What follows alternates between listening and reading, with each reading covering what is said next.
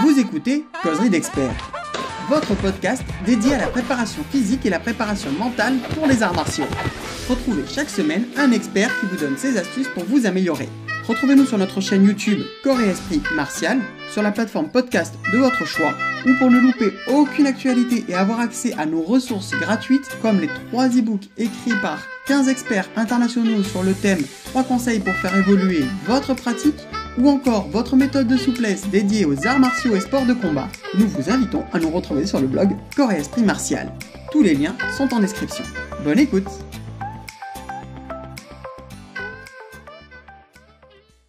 Bonjour à tous et bienvenue pour une nouvelle interview du blog Corps et Esprit Martial. Une nouvelle fois, nous avons la chance et l'honneur de recevoir Bertrand Cron, spécialiste du Kyokushinkai, mais également de biomécanique et aussi de communication, mais ça c'est encore autre chose. Et on va aujourd'hui aborder le thème de la préparation mentale. Bonjour Bertrand, j'espère que tu vas bien. Bonjour Marvin, ça va très très bien et je suis ravi de vous retrouver. Alors, on fait semblant, vous avez bien compris quand on toutes les interviews d'affilée, mais on vous dit quand même bonjour parce que vous les avez pas tous en même temps. Donc aujourd'hui, on aborde la question du mental. Et alors, la première question qui me vient quand on parle de karaté plein contact, de Jinsen karaté, c'est la peur de prendre des coups. Comment on apprend à des personnes qui, il y a des gens qui ont envie de ce plein contact, mais qui ont peur de prendre des coups. Comment on arrive à dépasser cette peur, on aide à dépasser cette peur. Alors j'ai ça chaque année, hein. J'ai ça chaque année avec des enfants, avec des femmes, avec des gens de petite constitution en disant moi ça m'intéresse, mais ce que j'ai peur de prendre des coups, moi je veux pas faire de combat. J'ai un exemple qui est le plus illustrateur de ça. Un jour un monsieur vient me voir, il devait avoir plus de 40 ans à l'époque, il me dit je suis le directeur informatique d'un des plus gros laboratoires français dans la région pharmaceutique, Beaufour-Ipsen, pour ne pas le nommer. Je fais plus du tout de sport. Ça fait 20 ans que j'ai pas fait de sport. Moi, j'ai vu votre pratique en regardant par la fenêtre dans votre dojo. Est-ce que je pourrais m'inscrire? Mais alors, je vous préviens tout de suite. Moi, ce qui m'intéresse, c'est la pratique. Je veux pas faire de combat. Je veux pas passer de ceinture. Je dis, moi, vous êtes le bienvenu. Vous prenez ce que vous voulez. Quand il y a les combats, bah, vous les faites pas. Et puis, c'est tout. Ce monsieur s'est inscrit. Il est maintenant 6e dan. Ça résume tout. Ouais. C'est la progressivité qui est importante. Si vous dites à quelqu'un, bon, ça y est, tu fais du kyoku, on va faire un combat, tu viens contre moi, vous lui mettez une punition, bah, il ne reviendra jamais. Et il a raison. Il faut que ce soit progressif. Alors, d'où l'importance du randori. Le randori, c'est un échange de techniques. On en a déjà parlé dans la première partie. C'est un échange de techniques. C'est pas du combat. Il n'y a rien à gagner. Moi, je dis une phrase qui me paraît essentielle pour que les gens le comprennent. Lorsque vous faites un randori avec un partenaire, déjà pas avec un adversaire, avec un partenaire, le but, ça n'est pas que vous soyez meilleur que lui à la fin du randori, ça soit que vous soyez meilleur que vous-même, vous n'étiez au début du randori. Dans 2 minutes de randori, vous devez avoir appris quelque chose. Donc, fixez-vous des objectifs. Ne commencez jamais un rendez-vous, un randori, en disant, bah, tiens, je vais travailler, on verra bien ce qui se passe. Moi, mon défaut, mon pied arrière est trop souvent ouvert. Je n'ai pas l'alignement dans la biomécanique. Mon pied arrière, il n'est pas dirigé vers mon partenaire. Et pas tant pis s'il marque plus de technique que moi, tant pis s'il est meilleur que moi. Il faut qu'à la fin du randori, j'ai amélioré ça. Donc pendant tout le randori, je vais me poser la question. Ah, au moment où j'ai bloqué, mon pied arrière, il n'était pas droit. Avant d'attaquer mon washi, je n'ai pas commencé par mettre mon pied arrière. Et puis à force de vous le dire, ça va être intégré. Mm. Peut-être sur un randori, mais peut-être sur 15 jours. Lorsque ce sera intégré, est-ce que mes genoux sont suffisamment fléchis en combat? Je combats trop debout. Corriger point par point, ce que les Américains et les Anglais appellent le step by step.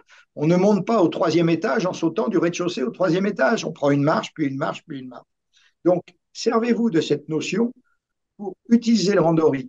Et dans la question que tu viens de me poser, utilisez le rendez-vous, le randori, pour ne pas bloquer tout. De temps en temps, il y a un Gedan Mawashi qui arrive dans ma cuisse, il n'est pas plein pot, et ben je le prends. Mm. Et à force de le prendre, je vais le prendre de plus en plus. Et à force d'avoir cette sensibilité, je vais inconsciemment apprendre à absorber la technique que je reçois. Un tibia, c'est pareil, ça ne s'endurcit pas en disant je vais tout bloquer avec le tibia. Je vais bloquer des coups qui ne sont pas dangereux. Je vais endurcir mon tibia avec une bouteille le soir en rentrant. Je vais accepter d'avoir un peu mal. Et je vais Mm. m'apercevoir qu'en ayant toujours un peu mal, je prends des coups de plus en plus forts parce que j'ai appris à mon tibia à s'endurcir, à insensibiliser certaines terminaisons nerveuses. et je m'aperçois qu'un Mawashigiri qui m'arrive plein pot dans les côtes, donc j'aurais eu une trouille de me faire casser 3 côtes, et ben maintenant, je prends l'absorbant, en le bloquant, en l'esquivant, enfin, quelle que soit la technique. Mais si je refuse tous les coups, j'aurais toujours peur de prendre des coups. Donc, Hmm. c'est la progressivité des coups reçus qui permet d'éliminer la peur d'en recevoir d'autres, à mon sens.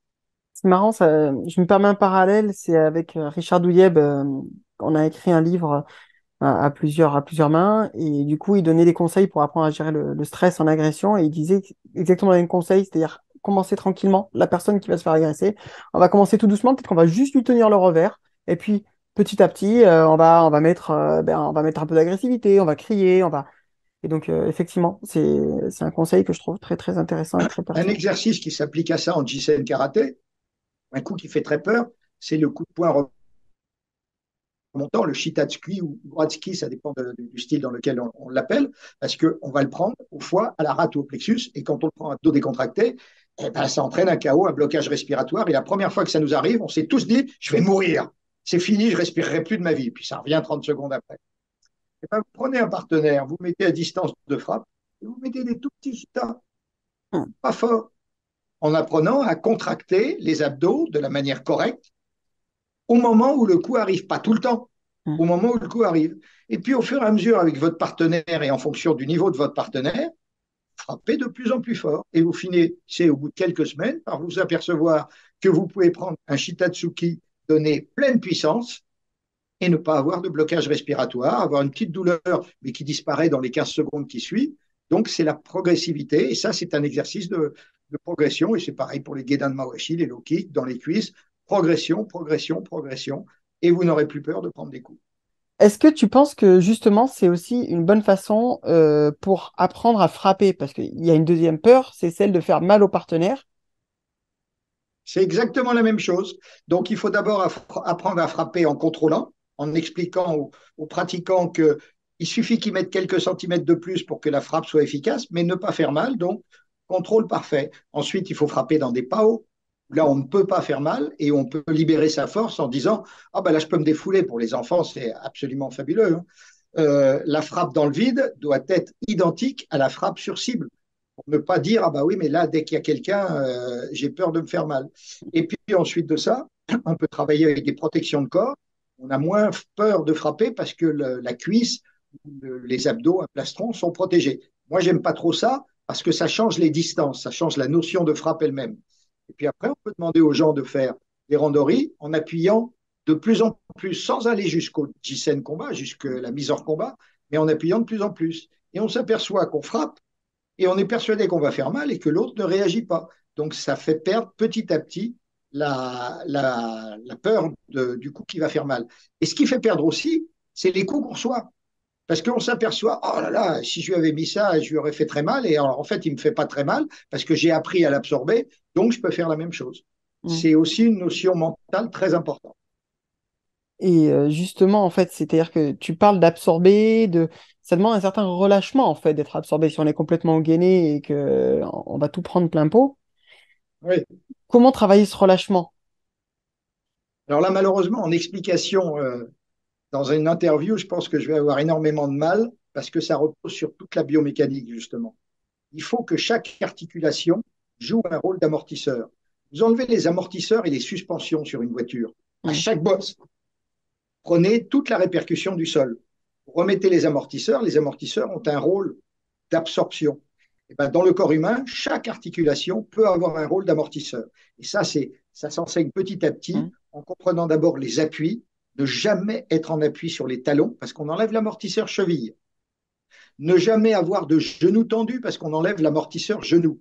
Il y a d'autres impacts sur Mm. le fait de respecter les appuis et les aplombs, mais au niveau de l'absorption, ça joue. Toujours avoir une rétroversion du bassin de façon à pouvoir avoir un amortisseur au niveau du bassin, au niveau intermédiaire entre les membres inférieurs, le tronc et les membres supérieurs.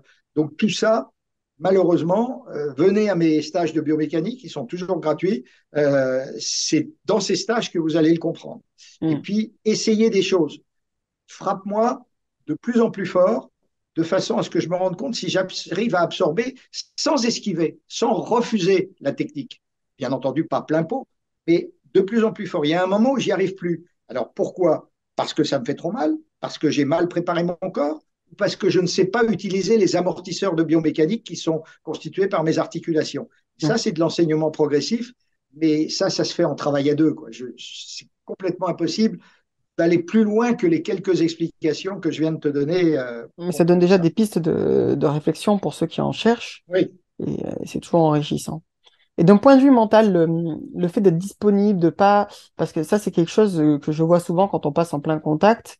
Nous, on a aussi des combats qui sont parfois en plein contact, notamment pour les passages de grade. Et les gens ont tendance à de suite être frisés, d'être bloqués mentalement. On le voit, ils sont plus disponibles, ils n'arrivent pas à faire ce qu'ils font en combat souple. Comment tu fais pour... Alors les gens te disent, moi, je ne peux pas combattre comme ça parce que j'ai pas le mental. Hmm. Ce à quoi je leur réponds que le mental, ça n'existe pas. Je sais que tu vas sursauter dans un premier temps, mais je vais te l'expliquer. Je vais te donner un exemple simple. Tu sais nager, Marvin. À peu près. Tu sais nager quoi Oui. comme distance? En distance, j'ai jamais fait. Alors là, je À pourrais peu pas. près. Est-ce que tu es Ça, du capable de 50 faire, mètres. est-ce que tu es capable de faire 10 km de nage? Ah non, non, non, je pense pas. Non. Est-ce que tu es capable d'essayer quand même? Tu n'as pas le D'essayer, oui. mental pour essayer, pour Oui, te dire je vais faire les 10 km. oui. Mais si je te dis pour 1 million d'euros, est-ce que tu veux essayer? Ou si je te largue en pleine mer à 10 km de la côte, est-ce que tu vas essayer? Ah, et je sais pas sûr. Tu vas essayer. Oui, Mais ton mental, il n'a pas changé. oui, oui. Qu'est-ce qui a changé? Ta motivation. Hmm. Pour sauver ta vie, tu vas essayer, tu vas Ah oui, tout oui. faire. Tu vas continuer à nager vers la côte, tu vas continuer à le faire. Pour 1 million d'euros, peut-être que Ah tu n'y oui, arriveras pas. Mais pour 1 million d'euros, je t'ai mis une motivation. oui, oui, d'accord, oui. Donc il faut que les gens comprennent que le mental lui-même, il n'existe pas. C'est la motivation qui compte. Ma Hmm. motivation, c'est d'augmenter la maîtrise que j'ai de moi-même, le respect que j'ai pour moi-même, l'image que je donne aux autres pour qu'ils aient un meilleur respect. Donc je vais essayer. Par contre, si je te dis qu'il faut que tu aies le mental pour combattre, non, j'ai pas envie de prendre de coups, j'ai pas envie de donner des coups. Ah oui, ça. Donc, il faut, par le discours et par les exercices, apporter, à mon sens, à Hmm. l'élève de motivation à Hmm. essayer. Il n'y arrive pas, aucune importance, il n'y a pas de jugement de valeur. Tu n'as pas réussi, tu n'as pas réussi. J'ai en ce moment une élève dans mon dojo qui n'est pas douée du tout, mais avec une motivation extraordinaire. Et elle arrive à faire des progrès. Et quand elle combat, on a l'impression que sa vie est en jeu. Est-ce que demain, tu es capable de combattre contre quelqu'un au couteau en te disant ta vie est en jeu? Non, tu n'as pas le mental pour. Par contre, si tu as des enfants et que ton fils de 5 ans, il est Hmm. derrière toi et que c'est lui qui va prendre le coup de couteau, tu vas le faire. Hmm. Donc, il faut que l'enseignement, les cours et la partie qu'on peut appeler mentale si on veut, mais la partie de transmission verbale soient faites pour créer une motivation, une atmosphère qui permet à la personne de comprendre que cette motivation ne lui permettra pas d'y arriver du premier coup, mais lui permettra d'essayer. Et qu'à force d'essayer, la motivation va grandir et il va finir par y arriver. Pas tout le monde, parce que tout le monde n'est pas fait pour faire du JCN karaté, mais ceux qui sont faits pour, mais qui pour l'instant n'ont pas la motivation pour essayer, ça peut leur permettre d'y arriver. Très intéressant. Effectivement, alors le mental dont tu parles, effectivement, la motivation, c'est ce qui va le nourrir. Et en plus, c'est intéressant parce que tu parles pas de motivation intrinsèque, mais carrément de motivation prosociale. Alors, pas de motivation extrinsèque, ça c'est sûr, mais tu es carrément sur la motivation Exactement. prosociale. Et ça, c'est hyper enrichissant. Ben merci pour cette remarque tout à fait pertinente. Tout à l'heure, tu parlais de l'importance du salut. Pourquoi c'est important selon toi ce salut? Alors, le cérémonial du salut, quand tu en discutes avec les Japonais, il y a énormément de connotations cachées, des okuden comme dans les katas, qui sont importantes. Il y a aussi des notions de salut et de respect du combat. Pourquoi, quand on se met en seiza pour faire un salut, on commence par mettre le genou gauche au sol, jamais le genou droit? Parce qu'à l'origine des arts martiaux, il y avait un katana. Et que si on met le genou droit au sol, on bloque la possibilité d'utiliser le bassin pour dégainer le katana. Pourquoi, lorsqu'on se met en seiza, seuls les deux gros orteils se croisent? Les pieds ne doivent pas être l'un à côté de l'autre, ils ne doivent pas être l'un au-dessus de l'autre, pour une raison très simple. c'est que l'un à côté de l'autre, quelqu'un qui vient derrière moi, il écrase mes pieds, je ne peux pas me lever. Les pieds croisés, il écrase mes pieds, je ne peux pas me lever. Juste les gros orteils croisés, le droit par-dessus le gauche, eh ben, je peux lever le gauche et ensuite lever le droit et me retourner face à un adversaire derrière moi. Donc déjà, dans la partie purement physique du salut, il y a des explications sur la façon de placer le bassin et de faire une rétroversion et de placer les poings en haut des cuisses pour les kyokushin ou en bas des jambes, ou la façon dont on salue. Il y a aussi une notion de respect de l'autre. Donc déjà, on fait intervenir une notion mentale. Pendant le mokuso, mokuso, ça veut juste dire fermer les yeux. Ça ne veut pas dire méditer, ça veut dire fermer les yeux. On fasse zazen, méditation assise, on fasse juste mokuso, il faut l'utiliser. C'est pas, je vais attendre que le professeur il dise, allez, ça y est, mokuso yame, vous ouvrez les yeux, on va se lever. Qu'est-ce que je dois travailler en début de cours? Déjà, ma respiration. Ma respiration pendant le mokuso me permet d'envoyer de l'oxygène un petit peu partout, et notamment d'en envoyer dans le cerveau. Donc d'ouvrir mon cerveau à une ouverture d'esprit, à une disponibilité et à une capacité à mieux apprendre les techniques. Donc je pense, inspiration rapide par le nez, expiration très lente, 5 à 7 fois plus longue que l'inspiration, pour une raison simple qui est encore de la biomécanique. La molécule d'oxygène, si elle fait cette taille-là pour rentrer dans les poumons et pour apporter du carburant à mes muscles et à mon cerveau, c'est bien. Donc l'inspiration courte suffit. Par contre, le gaz carbonique, qui est le déchet gazeux de mon organisme, elle fait cette taille-là par rapport à l'oxygène. Donc il faut que l'expiration soit beaucoup plus longue pour éliminer les déchets gazeux. Et tout ça, ça va permettre d'oxygéner mes muscles, d'éliminer les déchets gazeux, d'oxygéner mon cerveau et de le rendre plus disponible. On peut appeler ça de la préparation mentale. Elle peut aussi s'expliquer de manière physique, mais elle est très importante. Ça, c'est en début de cours. En fin de cours, si je suis débutant, je vais penser à la même chose. Mais à chaque cours, j'ai appris des choses. Donc, je profite de ces quelques instants pour relaxer mon corps, respirer et me dire, aujourd'hui, j'ai appris l'ouverture du pied d'appui sur le bol du pied pour le Mawashi Geri. Et j'y pense. Et cette visualisation permet d'améliorer la capacité à apprendre ce que j'ai appris. De la même manière, je vais plus loin que le salut, que le soir, lorsque je me couche et que je vais m'endormir, si j'ai un kata que je suis en train d'apprendre, je le visualise dans ma tête. Et je l'apprends beaucoup plus vite que si je le fais uniquement de manière purement physique. Donc, ces saluts, ils ont déjà une répercussion, une connotation importante pour l'apprentissage du cours. Et ils ont aussi, et là les Japonais ont raison, une connotation importante pour le respect. Le premier salut que je vais faire, c'est le salut au Shinden. Alors, d'une école à l'autre, c'est un peu différent, mais les notions sont généralement les mêmes. Le nom peut changer, mais les notions sont les mêmes. Le Shinden, c'est un sanctuaire.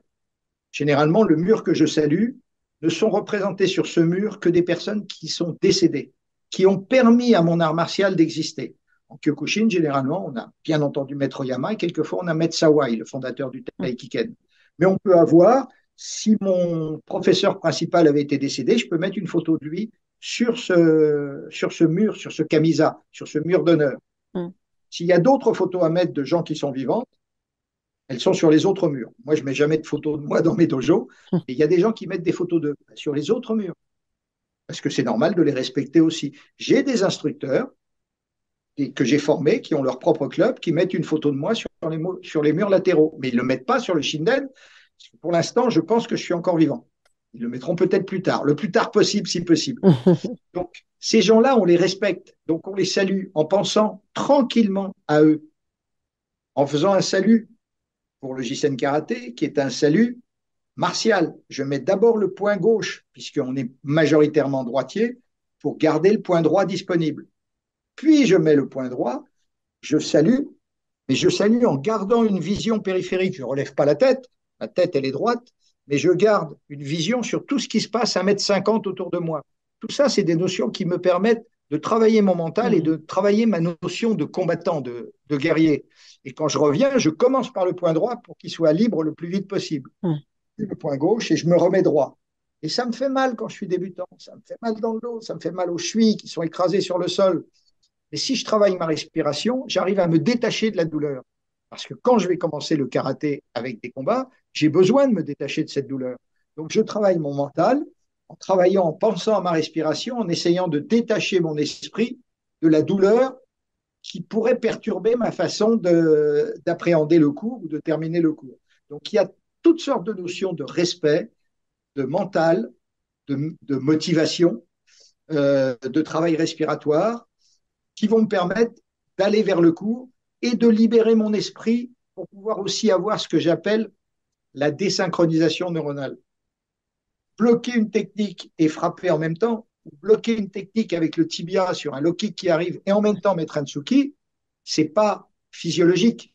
Ma physiologie, c'est d'utiliser mes deux points en même temps. Si je fais quelque chose à droite, je mets ma garde à droite, je mets mes deux gardes à droite. Or, c'est dangereux. Donc, la désynchronisation neuronale, c'est par la méditation du début de cours et l'oxygénation du cerveau que je vais pouvoir la faire. Je vais vous montrer à toi et à tous les auditeurs deux exercices de désynchronisation neuronale qui me viennent du DIMMAC. Ce n'est pas moi qui les ai inventés, il y en a plein. Mais je vous donne les deux plus simples. Vous allez essayer de les faire et vous allez me maudire parce qu'on commence par ne pas y arriver. Mais arriver à faire ces exercices, ça vous apprend à utiliser votre cerveau en désynchronisation. La première, il est très simple. Là, je vous montre du doigt et vous pouvez faire pareil, vous me montrez du doigt. Et là, je vous dis, c'est super. Vas-y, voilà, c'est super. Là, on est en synchronisation neuronale. Alors, tu restes le pouce gauche en l'air, mais tu me montres du doigt avec le bras droit. D'accord? Et maintenant, tu changes. Parce que ton cerveau n'est pas désynchronisé. Donc, tu te limites dans tes capacités techniques et tu fais ça tous les jours, 2 minutes. Hein. Tu n'y arriveras pas, tu vas me maudire, tu ne vas pas y arriver. Mais tu fais ça tous les jours, 2 minutes. Dans 3 semaines, tu y arrives sans problème, sans regarder, avec les bras n'importe où. Ça, c'est le plus simple. Il y en a un qui est un tout petit peu plus compliqué et qui apporte plus d'éléments de désynchronisation. Tu vois? Pouce index des deux côtés. Alors, doigt tendu, il ne faut pas faire ça. Doigt tendu. Tu changes de doigt en synchronisation. Ça, tu es synchronisé, c'est vachement facile. Hein. Mais sur le bras gauche ou le bras droit, aucune importance, tu restes en petit doigt et sur l'autre, tu te mets en pouce index.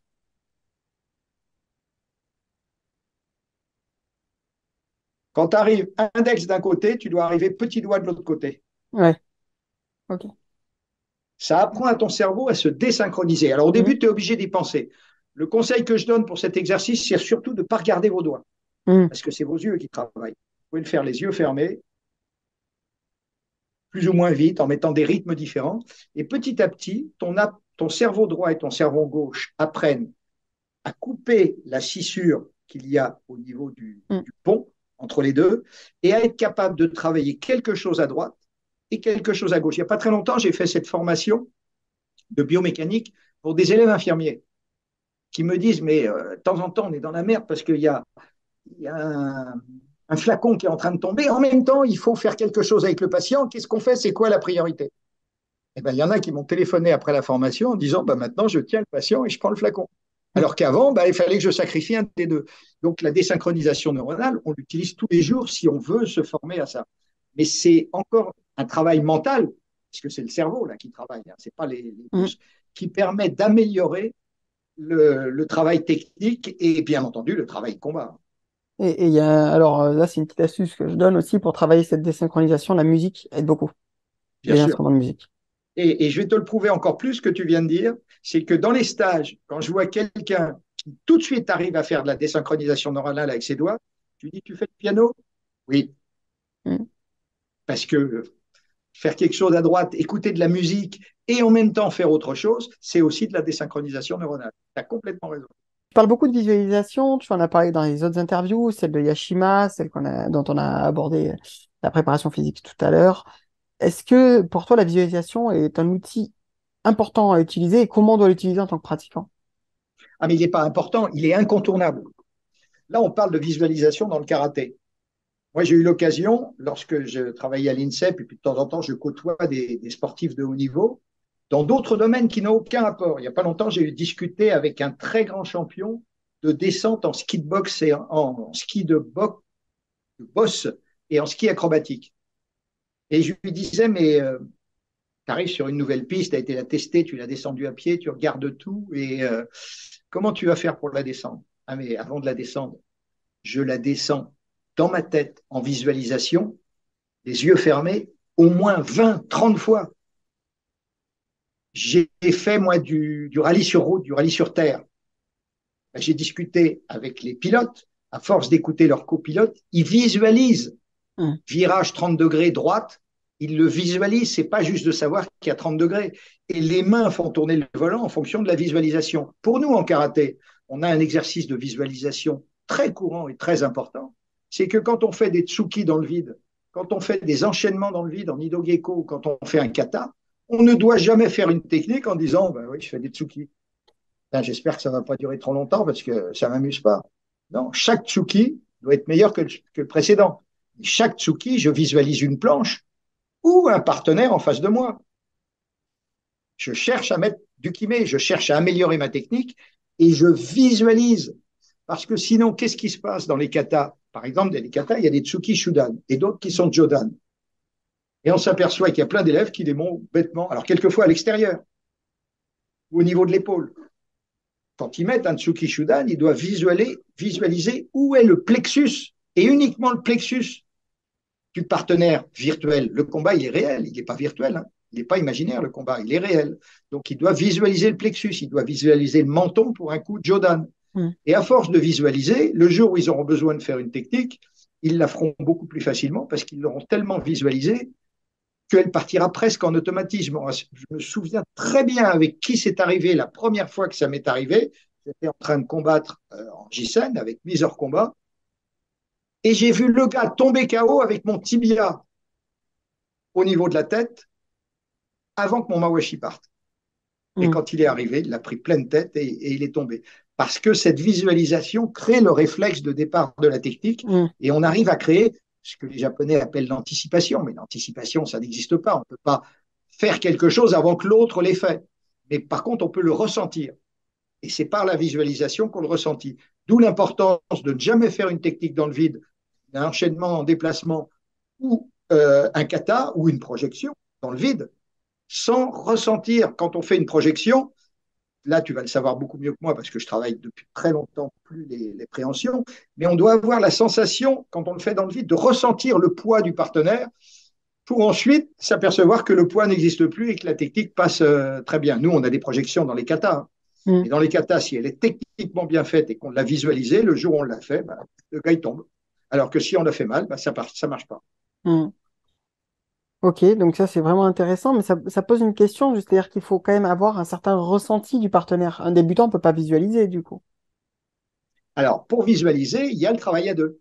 Il faut d'abord leur faire des exercices à deux, dans un PAO, dans une cible, de façon à ce qu'ils savent où est le plexus, où est le menton, comment on frappe, etc. Et puis après, quand ils le travaillent dans le vide, au début, on leur dit rien, on leur dit apprenez Hum, la technique. D'ailleurs, il faut apprendre à garder le tsuki à l'intérieur, le coude à l'intérieur, faire la rotation en pronosupination et pas au niveau de l'épaule. On leur apprend toute la technique.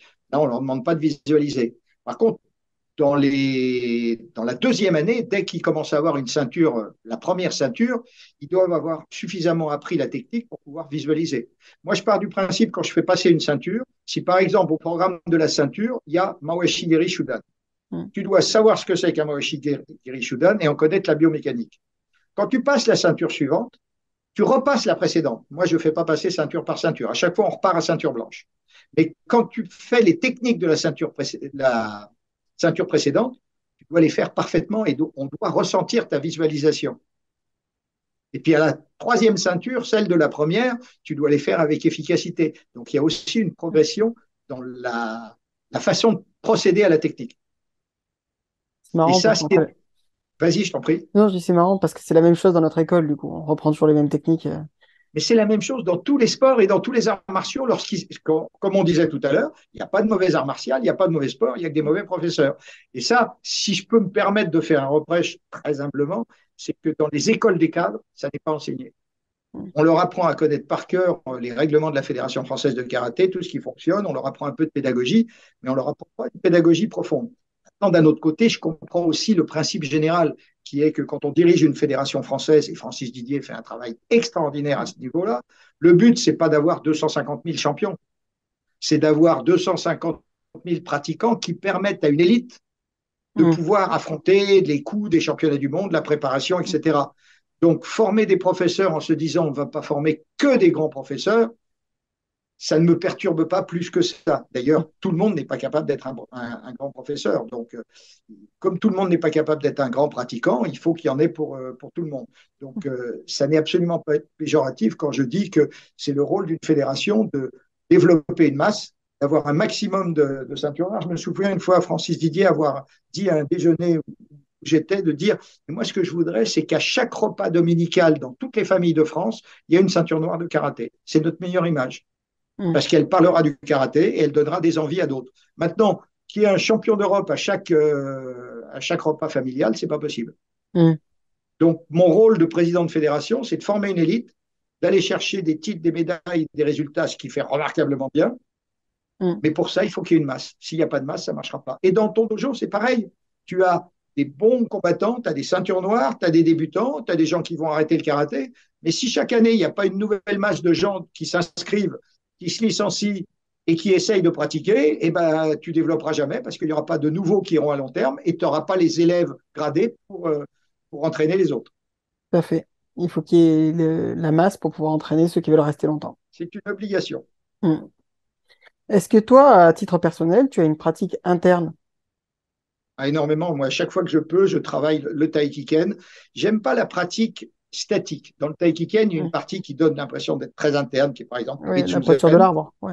Mais à chaque fois, voilà la posture de l'arbre, à chaque fois, j'essaye de travailler quelquefois dans le vide sur ma pelouse, quelquefois avec ma femme, quelquefois avec un de mes élèves, quelquefois je vais au dojo, je lui dis, bah, viens, on reste 2 heures, on va travailler ensemble pour essayer des réflexions que j'ai, de les mettre en pratique, et puis de la pratique interne tout seul, d'essayer d'avoir des sensations de blocage, d'absorption, de travail de déplacement pour me sentir plus à l'aise dans la pratique à deux. Mm. Je pense que c'est très important. Maintenant, après, c'est une question de goût. J'ai un ami qui s'appelle Jean Château, qui a un dojo extraordinaire avec très peu d'élèves à Paris, dans le 12e arrondissement. Et ben, Jean Château, à l'époque où on faisait des stages où il faisait beaucoup de taïkiken, je me rappelle d'une fois, c'était à mourir de rire.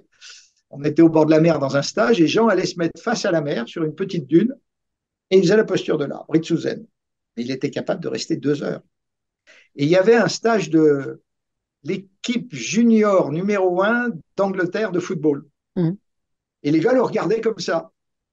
Et à un moment, il y en a un qui vient le voir de plus près parce que quand même, la statue, elle avait l'air vachement, vachement bien faite, vachement Mm. réaliste. Et c'était au moment où Jean s'est arrêté. Il s'est mis à bouger. Le gars, il a poussé un hurlement. Il était persuadé, ça faisait 2 heures que Jean était comme ça, totalement immobile. Il était persuadé, on en a parlé après avec lui, il était persuadé que c'était une statue. Quand la statue a commencé à passer en eri pour terminer le travail du Ritsuzen, Mm. il a eu la trouille de sa vie, quoi. Et en plus, c'était juste au moment où il s'approchait, il était à 1 mètre de Jean. C'était très amusant. Ça devait être drôle à voir, je pense. Ah oui. Mais il en Est-ce faut que... pour tous les goûts. Moi, la partie statique du taïkiken ne me plaît pas. Je l'ai Mm. fait pendant des années. Je le fais un peu, mais je ne le fais pas comme je devrais le faire si je voulais continuer à rester dans le taïkiken. Je fais toute la partie dynamique qui m'intéresse beaucoup, mais pas la partie statique. Et la partie, tout ce qui est méditation ou des choses comme ça, il y a des choses que tu pratiques dans cette veine-là ou pas du tout? Alors, quand j'étais plus jeune, j'ai essayé de faire zazen, Mm. mais ça ne doit pas être fait pour moi. J'y arrivais pas vraiment sur un temps long. Lorsque je fais les saluts, j'essaye vraiment de rentrer dans une partie méditation qui dure une minute, hein, quelque chose comme Mm. ça, mais des méditations longues. Mais quelquefois, j'ai été obligé. Je me souviens notamment d'un stage avec Luke Hollander chez Anne à Papendal, où il Mm. nous a fait faire une demi-heure de César Moukso, ensuite Moukso Yamé, et après, pour travailler l'esprit, la résistance à la douleur, il nous a fait 2 heures de cours, enfin 1 heure et demie qui restait, on a fait 2 heures en tout, on est resté en César. Et après, il nous a appris comment on se lève en César après 2 heures, parce que si tu te lèves d'un coup, tu t'effondres en hurlant de douleur, et en plus, tu n'as plus de muscles. Mm. Mais c'est une partie interne qui est intéressante, parce que là, tu étais obligé de le faire. J'étais élève, hein, j'avais beau être dégradé, j'étais élève. Je faisais partie des instructeurs, mais là, les instructeurs faisaient le cours. C'était Chian qui dirigeait le cours. Et donc, tu es obligé de le faire. Et tu le maudis, comme on a tous maudit des instructeurs sur des exercices difficiles.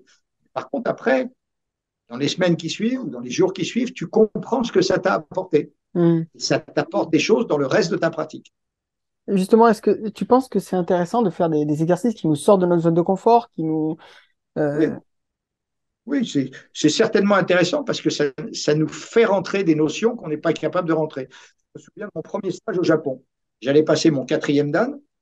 C'était à Mitsumine, donc là où il y a le cénotaphe de Maître Oyama, pas sa tombe, mais une tombe virtuelle parce qu'il est enterré à Tokyo. Et il y a l'histoire du Japon dit que c'est là où le dieu qui a créé la Terre a mis les pieds sur Terre pour créer l'homme. Donc il y a une statue de 30 mètres de haut qui représente, dans le confucianisme ou dans le bouddhisme, j'y connais rien, je ne peux pas donner plus de détails, qui représente ça. Donc, comme en plus je passais mon quatrième dan, il y a un examen lui-même qui a duré 3 heures de technique plus 1 heure de combat. Mais avant cet examen, on est déjà jugé par les instructeurs. Les 4 jours de stage, ils nous ont dit attention, les 4 jours de stage, c'est l'examen. Hein. Vous courez dans les couloirs en racontant des conneries, en faisant l'imbécile, on ne regardera même pas ce que vous faites à l'examen. Et c'était uniquement un examen 4e, 5e et 6e dan. On était 18 à passer, devant les plus hauts gradés du Kyokushin mondial.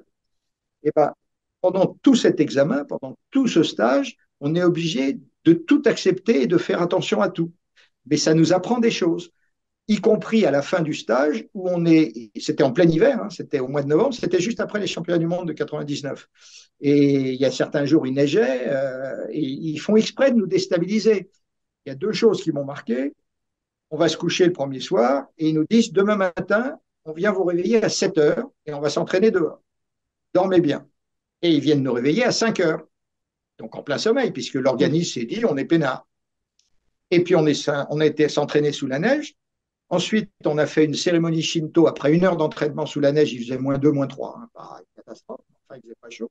On s'est mis debout en Fudodachi et on a attendu qu'il fasse une cérémonie Shinto qui a duré une demi-heure devant le cénotaphe de Maître Oyama. Et après, on s'est dit, bon, ben maintenant, on va avoir un petit déjeuner, c'est super. Non, on a été dans le temple Shinto de Mitsumine. Et là, pendant 1 heure, il y a eu une cérémonie Shinto. Il n'y a pas de porte, il n'y a pas de fenêtre. Donc, il fait 0 degré dans le temps. C'est beau, c'est très beau, c'est magnifique. J'ai des souvenirs extraordinaires. Mais il fait 0 degré et pendant 1 heure, tu es en César par 0 degré. Et après, on rentre le petit déjeuner en disant un thé, un croissant, un morceau de pain grillé, ça va être sympa. Non, c'est le petit déjeuner japonais. Poisson fumé, prunes pourries, riz blanc et thé à volonté. Et en plus, dans le mental, tout le monde, on s'assoit par terre, hein, c'est sur des tatamis, et on n'a pas le droit de commencer à manger tant que Kancho, Matsui, n'avait pas commencé à manger. Donc déjà, il n'arrive pas. Il arrive une demi-heure après. Donc on discute un peu avec les voisins, il y a tous les pays du monde qui sont là, on a le droit de boire. On boit du thé, mais on a le droit de boire, c'est tout. Et quand il arrive, eh ben, il discute avec ses assistants. C'est une épreuve mentale pour voir comment les gens résistent. Alors, si jamais tu viens passer un grade et que tu commences à manger, tu peux dire au revoir au grade. Donc, ça aussi, c'est de la formation mentale. Et le dernier jour, on est descendu, on était, je pense, 150 ou 200, sur un sentier qui fait cette largeur-là. Là, c'est la paroi rocheuse et là, c'est le précipice. Enfin, c'est un trou. Pas mortel, mais c'est un gros trou. Donc, on descend l'un derrière l'autre. Bien entendu, le premier commence à courir. Donc, tout le monde court en descendant. Et ça dure 1 heure, la descente. Et tu viens de faire 4 jours de stage, plus le passage de grade, plus tout ça. Le passage de grade aussi, je vais te raconter une autre anecdote mentale intéressante. Et on arrive en bas et d'un seul coup, on s'arrête. Et là, il y a une chute, plus une chute de glaçons qu'une chute d'eau glacée. C'est un peu d'eau avec beaucoup de glaçons. Et tu es obligé d'aller faire des tsuki par série de 5, parce qu'il n'y a pas beaucoup de place. Tout le monde est obligé d'aller faire des tsuki. C'est, je crois, 100 tsuki sous la flotte qui tombe. Alors, il y a le poids de la flotte, il y a le froid, il y a les tsuki, et tout le monde réfléchit. Oh, je vais y aller tout de suite, je suis débarrassé. Qu'est-ce que j'ai fait? C'est une erreur T'as monumentale. froid Parce après. qu'après, tu es trempé et tu dois attendre. Alors, qu'est-ce qu'on fait? C'est le seul truc pour se réchauffer. On descend dans le petit lac où il y a pied et on continue à s'entraîner pour que le doggy ne gèle pas. Donc, tu vois, au niveau mental, et après, il y a 300 mètres à faire, tu arrives au bus et tu te dis, plus jamais j'y foutrai les pieds. Mais 3 semaines après, tu te dis, pourvu que j'y retourne, parce que j'ai grandi de manière extraordinaire. Bon, après, il y a 300 km de route. Pour rentrer à Tokyo, tu les vois pas, tu dors. Tu rentres avec une bonne crève, mais Ouais, non, personne n'a été malade. Hein. C'est fait. certainement très intelligemment. Pour l'épreuve de grade, donc tu as à peu près 3 heures de kion et de kata, tu dois faire tous les katas du Kyokushin. Et puis après, ils disent, vous vous mettez deux par deux. Alors les gens qui ont plus de 40 ans, s'ils le souhaitent, peuvent ne pas faire de combat. Et comme je suis du Kyokushin et que vous passez des hauts grades, on va vous demander juste de faire un combat. Donc je me suis dit, je ne sais plus, j'avais 45 ans ou 50 ans, je vais faire un combat. Prenez votre voisin. Alors là, coïncidence très amusante, c'était pas lui, mais mon voisin asiatique me dit en anglais parfait, c'est un Américain, bonjour, je m'appelle Jackie Chan. Et il me dit, c'est mon vrai nom, ne rigolez pas. Donc on commence à faire un petit randori tranquille. Ce qu'il avait oublié de dire, c'est que le combat, il a duré 1 heure. Ah oui.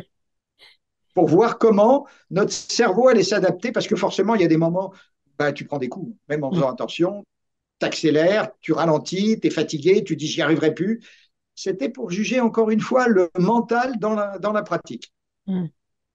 Donc là aussi, c'est des choses intéressantes. Et qu'est-ce que Mais ça t'apporte, ce genre d'épreuve après? Qu'est-ce que ça t'a apporté? Qu'est-ce que ça a changé en toi? bah, ça m'a apporté le fait de relativiser toute difficulté dans la vie. Mm. On part du principe, alors on ne savait pas que ça allait durer 1 heure. On l'a su après, quand ça s'est terminé. Mais on a vu que ça durait longtemps. Mais on part du principe, très souvent, qu'on ne peut pas y arriver. Et là, la question, ça n'est pas la bonne question à se poser, c'est pas pourquoi je ne peux pas y arriver. La bonne question, c'est comment j'essaye d'y arriver. Et si j'y arrive pas, j'y arrive pas. Mm. Et si j'essaye pas, j'y arriverai jamais. Donc ça m'a permis de relativiser des choses qui m'ont servi dans ma vie professionnelle, dans ma vie personnelle, dans ma vie familiale, dans ma vie de tous les jours, dans des situations compliquées où tu vois les choses sur un angle différent. Et puis j'en ai pas fait 25 au Japon, mais il y a des gens qui arrivent à y aller chaque année. Moi, j'y suis allé plusieurs fois et à chaque fois, je trouve que ça m'a fait grandir.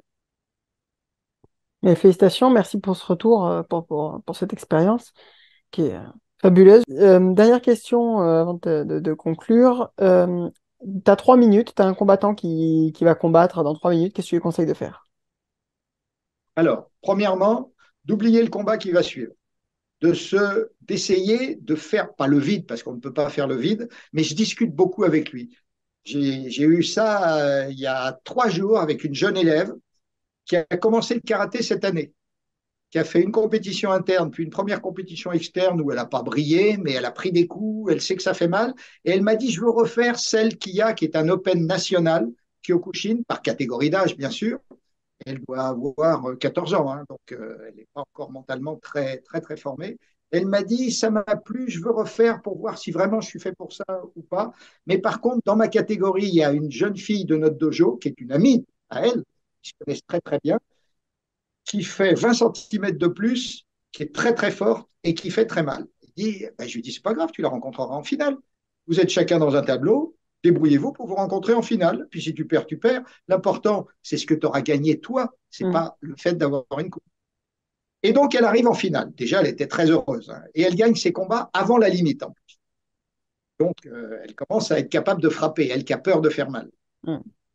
Et en finale, je demande à mon assistant de coacher l'autre, qui est bien meilleur qu'elle, et je dis, moi, je vais coacher Shana.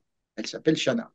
Petite blonde, toute mignonne, adorable, toujours en train de sourire, très empathique en plus. Donc, c'est difficile d'être empathique et de frapper. Mm.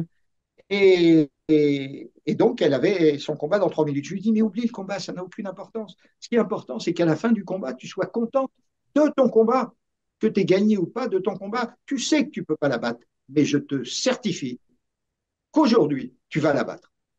Et je lui fais une préparation mentale pour qu'elle comprenne qu'elle allait la battre. Mm. Pas qu'elle pouvait la battre, qu'elle allait la battre. Et elle l'a battue. C'est génial. Et quand elle l'a battue, elle est sortie du tatami, elle s'est jetée dans mes bras. Elle m'a fait pleurer parce qu'elle s'est jetée dans mes bras en pleurant, en me disant, mais je ne pouvais pas croire que c'était possible. Ça fait 6 mois que je fais du karaté, elle est gradée, elle fait 1,80 m, elle fait très mal quand elle frappe, elle est très forte l'autre. Mais au niveau de la motivation, pas du mental, au niveau de la motivation, il y en a une qui était au-dessus de l'autre. Mm. Et ça lui a permis de gagner. D'ailleurs, à sa demi-finale, c'était la même chose parce qu'elle a fait une demi-finale contre une fille qui avait battu tout le monde et qui frappait très, très fort. Mm. Je lui ai dit, écoute, ce qui est important, c'est que tu ailles au bout du combat et que tu sois déterminé, tu rentres dedans. Jamais tu cèdes. Si tu marques, tu marques. Si tu marques pas, tu marques. Eh ben, ils ont été jusqu'au bout du combat, mais l'autre n'a pas marqué. Elle a pris 10 coups qui lui ont fait mal, donc elle a fait cette fameuse finale contre Jenna, Mm. sa copine, en arrivant en ayant déjà des douleurs. Mais avec une bonne préparation mentale, alors il y a des techniques qui sont des techniques médicales que j'ai mises en place plus ou moins, parce qu'en 3 minutes, c'est difficile. Le training autogène qui permet de sortir de l'appréhension, et ça lui a permis de gagner. Donc, quand je dis à un élève qui tu combats dans 3 minutes, oublie le combat. C'est pas la victoire qui compte. C'est qu'à la fin du combat, comme dans tes randonnées, tu aies gagné quelque chose. Si en plus tu as gagné la coupe, c'est génial. Si tu l'as pas gagné, pas grave. Si tu as grandi, tant mieux. J'ai eu ça l'année dernière avec un de mes élèves, un vétéran. Première année de karaté, il fait la Fed Cup, c'est-à-dire l'Open International Kyokushin, qui est organisé en Alsace chaque année.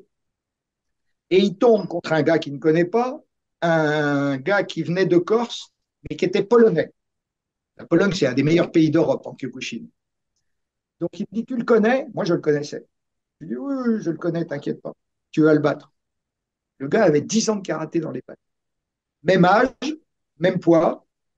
Je lui ai dit, écoute, ce qu'on m'a dit à moi la première fois que j'ai combattu un Japonais. Il m'a dit, tu sais, un Japonais, s'il prend ton tibia dans la tête, il fait comme tous les autres, il tombe. Donc je lui ai dit, tu sais, il est polonais, mais t'inquiète pas, il a arrêté le karaté, là, il vient de reprendre. C'est pas parce qu'il a déjà fait du Kyokushin. C'est pas lui qui compte, c'est toi.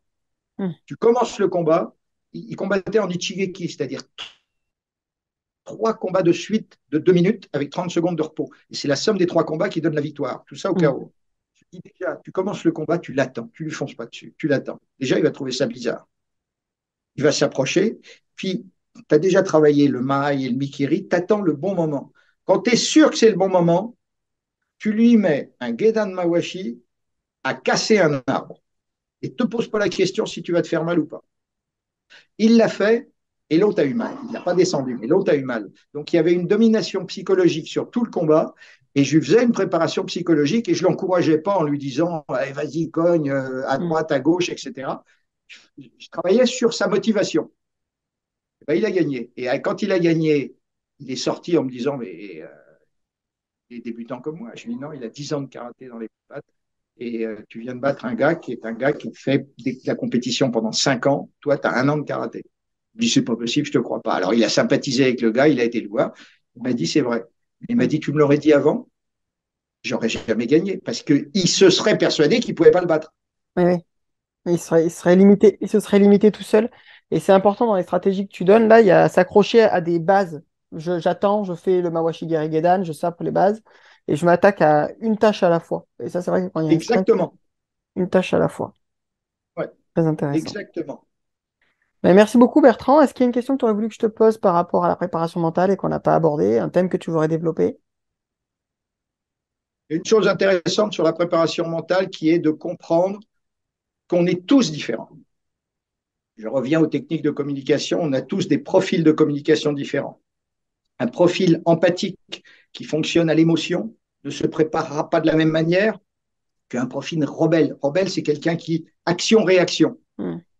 Un travailloman dans la communication, c'est quelqu'un qui est organisé. Petit A, petit B, petit C.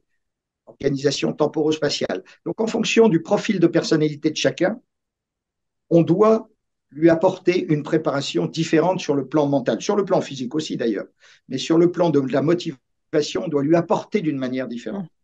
Et ça, je pense que les gens qui veulent faire du coaching à très haut niveau, qui veulent faire de la préparation à très haut niveau, je les encourage vivement à aller faire une préparation en technique de communication processcom. Il y a plein de gens, moi j'en fais, mais c'est pas pour attirer les gens vers moi, je fais quasiment plus de stages. J'en ai fait un il n'y a pas longtemps, mais dans l'industrie pharmaceutique. Il y a des bouquins, il y a des choses intéressantes à comprendre, et s'ils prennent le temps de comprendre la personnalité de leur élève ou de l'adversaire de leur Hmm. élève, et d'être capable de diagnostiquer ce profil et d'adapter les conseils en fonction du profil, ils vont faire encore un grand bond dans la préparation de leurs élèves. Eh bien, deux questions. Où est-ce qu'on peut retrouver tes stages éventuellement en Processcom? Et deux, est-ce que tu as des livres à nous conseiller sur ce thème-là? Alors, sur la ProcessCom, il y a un livre qui s'appelle, je ne me rappelle plus du titre, mais je connais l'auteur. Vous allez sur lafnac.com et vous tapez la ProcessCom.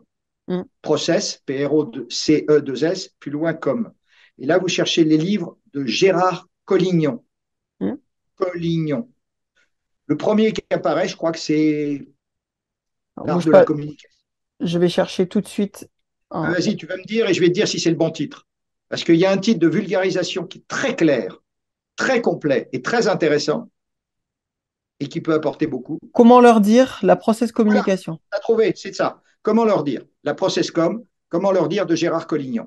Hmm. C'est très complet, c'est très clairement expliqué. Il faut le lire tranquillement comme une boîte à outils. On prend d'abord un profil, puis le deuxième, puis le troisième, etc. Ensuite de ça, de temps en temps, les élèves de Gérard Collignon dirigent des stages. Donc, il faut taper dans le nord de la France, il y a une grosse boîte de process communication qui fait beaucoup de stages. Moi, j'en fais plus, mais s'il y a un groupe d'élèves ou de pratiquants qui veulent que j'en fasse un, ben, on me paye mes frais de déplacement, le stage, etc. Je peux en faire n'importe où en France. Hmm. Je peux me demander, je l'ai fait l'année dernière sur un laboratoire pharmaceutique qui voulait former ses managers. Et avec des résultats très intéressants. Parce qu'on dit, ceux qui ont été formés ont tous fait entre plus 10 et plus 25% de résultats dans les 6 mois qu'on suivi. Ok. Donc, et je ne prends pas les mêmes tarifs pour l'industrie pharmaceutique que pour des karatékas qui souhaitent se former. Donc, Hmm. ça peut être faisable. Et ensuite de ça, quand je dirige des stages, moi, il y a un site internet qui est le site de la Fédération Kyokushin, kyokushinkai-france.com, Hmm. sur lequel il y a un Le, calendrier et il y a mes stages dans toute la France, y compris dans le monde entier. le Donc, lien en sera en description, vous inquiétez ouais, pas. en règle générale, mes stages sont gratuits. Quand quelqu'un veut me payer, je refuse jamais, hein, j'ai rien contre. Et de temps en temps, il y a des ligues ou des départements qui disent, mais on a un budget, on tient à te payer. Donc, et on tient à ce que le stage soit payant. Une Hmm. autre raison qui est tout à fait logique et que j'ai constaté plusieurs fois, lorsque c'est gratuit, les gens viennent voir. Et s'ils ne sont pas motivés à faire le stage, ben, le stage ne leur apportera rien. Tout à Donc, fait. souvent, les ligues, ils ne demandent pas grand-chose. Hein, ils demandent 10 euros, 15 euros ou 20 euros, repas compris, ou un truc comme ça. Hmm. Moi, quand ils demandent de l'argent, c'est pour eux. Hein. Moi, je ne demande pas à être payé. Et quand ils me disent, bah, sur l'argent qu'on demande, s'il reste 300 balles ou 500 balles, on va te les donner, bah, je ne les refuse pas. Hmm. Mais si vous avez besoin de formation, déjà avec ce calendrier sur le site FKOK, vous aurez pas mal de renseignements et de possibilités. Parce que j'en fais beaucoup dans ma région, mais j'en fais dans toute la France. Ouais. Donc, on vous mettra tout en description, le mail, le site, comme ça vous pourrez le retrouver et assister à ces stages ou voir éventuellement pour lui proposer de faire un stage dans votre région, dans votre dojo. Et le thème, c'est la personne qui m'invite qui le choisit. Si c'est un stage de biomécanique, un stage de préparation physique, mentale, etc. Et si c'est sur du physique, je viens toujours avec mon épouse, qui est vraiment une grande spécialiste et qui est entre parenthèses, comprise dans le prix. Parce que s'il y a besoin d'un hôtel, on sera dans la même chambre. Il faudra nourrir deux personnes au lieu d'une, mais le déplacement, c'est le même. Donc, ça permet de faire des stages plus polyvalents. Super, mais vraiment, c'est super, c'est très très gentil. Est-ce que tu as une question, toi, que tu aurais voulu me poser sur la préparation mentale pour conclure cette interview?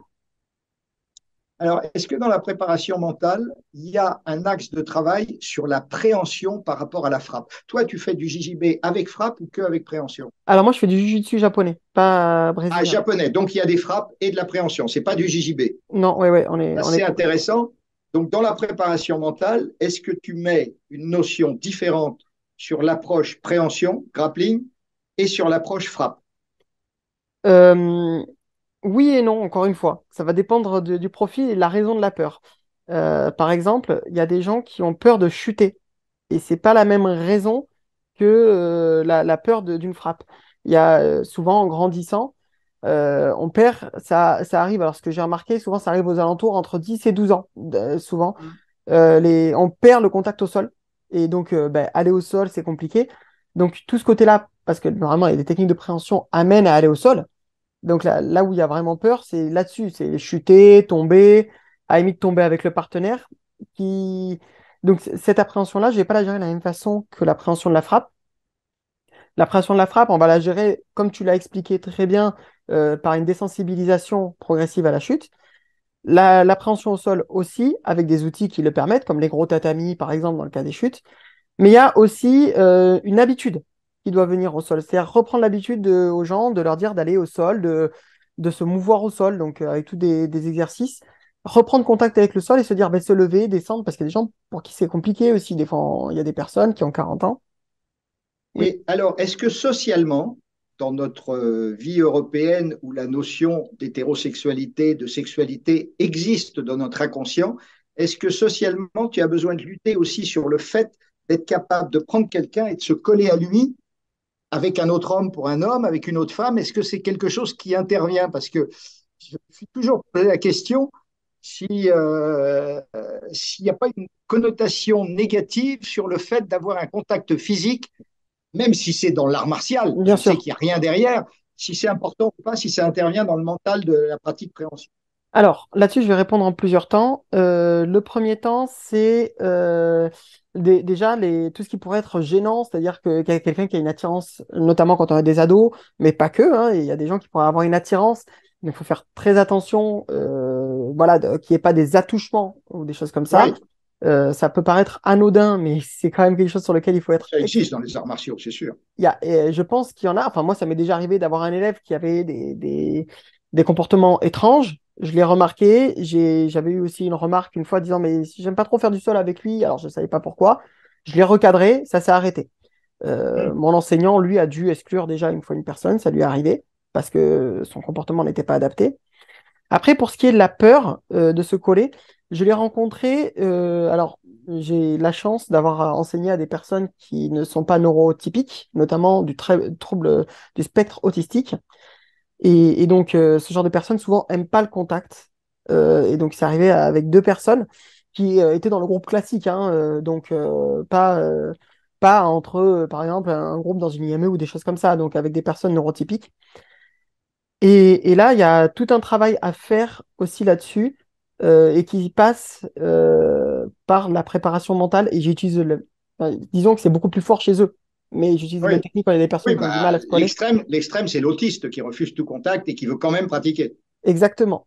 Et du coup, en symbole fort que j'ai là-dessus, c'est que j'avais un TSA, donc trouble du spectre autistique, qui refusait tout contact et qui, à la fin de l'année, est venu me faire un câlin. Et après, il a été faire un câlin à sa mère. Sa mère m'a dit, Oui, il m'a jamais fait de câlin, il a 12 ans. Il est jamais venu lui-même me faire un câlin. c'est génial, c'est une récompense fabuleuse pour un instructeur. Exactement. Et du coup, on sait qu'on a des liens forts avec ces personnes-là. Et les techniques que je vais utiliser sont en fait l'humour, énormément. Je vais passer par Hum. l'humour, par la dédramatisation. euh, et surtout, je vais pas forcer les personnes. Et je pense qu'il faut surtout pas forcer quelqu'un qui est pas à l'aise avec ça. Mais plutôt lui dire, bah écoute, voilà, t'aimes pas te coller à lui, bah écoute, on va faire que avec le kimono, on va tenir le kimono, le keikogi, si on veut être plus juste d'un point de vue étymologique. Et voilà, on va faire comme ça. Au début, on va faire de loin, tu fais comme tu veux, et puis tu te sens gêné, t'arrêtes. Et vraiment, faut pas mettre de barrière. Et surtout, là où c'est hyper important, du coup, c'est d'avoir des partenaires qui vont bien. Et c'est là où c'est important. Donc, quand on ouvre un club, comme ça m'est arrivé, ben, souvent, c'est moi qui sers de partenaire à ces personnes-là. Je vais essayer un maximum de leur servir de partenaire pour les désensibiliser, qu'ils se sentent à l'aise. Et comme on les met en situation de victoire en plus, bah, de réussite, bah, du coup, ils ont envie de recommencer. Et du coup, Ah oui. on désensibilise à cette peur-là. Comme ça, c'est la méthode que j'utilise. Mais encore une fois, il n'y a pas de méthode clé. Il y a des personnes avec lesquelles ça reste compliqué. Il y a des personnes pour qui la méthode ne sera pas adaptée. On revient aux personnalités, hein. C'est ça. J'ai répondu à ta question, du coup? Ah, tout à fait. Et puis je te remercie parce que ce que tu viens de me dire, c'est réciproque. Je trouve que l'échange qu'on a eu tous les deux était très enrichissant et ça m'a permis sur moi-même et puis sur tout ce que tu m'as apporté d'apprendre beaucoup de choses. Donc, merci à toi. Bah, merci à toi surtout. Tu viens de passer. Alors vous aurez pas tout là. Il y a le magazine Yashima aussi où il y a une partie. Et puis j'aurai sûrement des cuts, mais ça fait quand même 4 heures qu'on y est avec Bertrand, sans pause. Il a pas bronché une seule minute. Il a enchaîné avec le sourire. Merci pour le temps que tu nous as donné. Je rappelle qu'il y a ton livre, je ne l'ai pas rappelé dans cette interview, Biomécanique des arts martiaux et des sports de combat. Excellent livre, je vous mettrai le lien en description. Vraiment, on y aborde tous les thèmes, également le mental y est abordé. Donc merci pour tout le temps que tu as pris et je vous dis à très vite. Chouvaille!